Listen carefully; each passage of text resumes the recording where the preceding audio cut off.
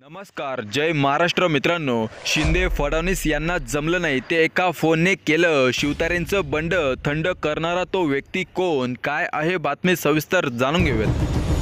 दरम्यान शिवतारे यांनी माघार घेतलीच कशी असा प्रश्न अनेकांना पडला होता। यावर खुद्द शिवतारे यांनीच आजच्या पत्रकार परिषदेत सांगितलं की कोणत्याही परिस्थितीत बारामतीची लोकसभेची निवडणूक ही लढवायचीच होती असा निर्धार मी केला होता। पण मुख्यमंत्री एकनाथ शिंदे यांचा मला फोन आला आणि ते मला रागावले, पण मी ऐकलं नाहीच। पण मुख्यमंत्र्यांचे एचडी म्हणून काम करणारे खतगावकर यांचा मला फोन आला आणि सांगितलं की आपल्या भूमिकेमुळे मुख्यमंत्र्यांची अडचण होत आहे।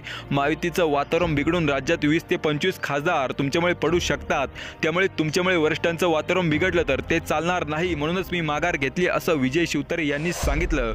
तर एकंदरीतच सुनेत्रा पवार यांना निवडून आणण्यासाठी अजितदादांनी उचललेला इडा, मात्र त्यात विजय शिवतारेमुळे अजितदादांच्या पायाखालची जमिनी निश्चितच इतक्या दिवसांपासून हललेली होती। दिवसरात्र मेहनत करून या 3 महाविकास आघाडीच्या मोठ्या नेत्यांनी विजय शिवतारे यांना मनवलं अशी बातमी आहे। त्यामुळेच बारामती लोकसभेची निवडणूक ही शरद पवारांच्या सभेनंतर प्रचंड चर्चेत आली। पवारांना मिळता प्रतिसाद बघून नक्कीच दादांचं टेन्शन वाढलं। त्यातच विजय शिवतारे यांनी नरमाईची भूमिका घेतल्यामुळे कुठेतरी लढतीचा नवीन चुरस अजितदादांना भेटला असं चित्र दिसतंय। मित्रांनो, तुम्हाला काय वाटतं, विजय शिवतारे यांना मागा करून अजित पवार शरद पवारांना बारामती लोकसभेच्या निवडणुकीत शह देण्यास यशस्वी होतील की नाही, कमेंट करून नक्कीच सांगा। तुर्तास धन्यवाद। जय महाराष्ट्र।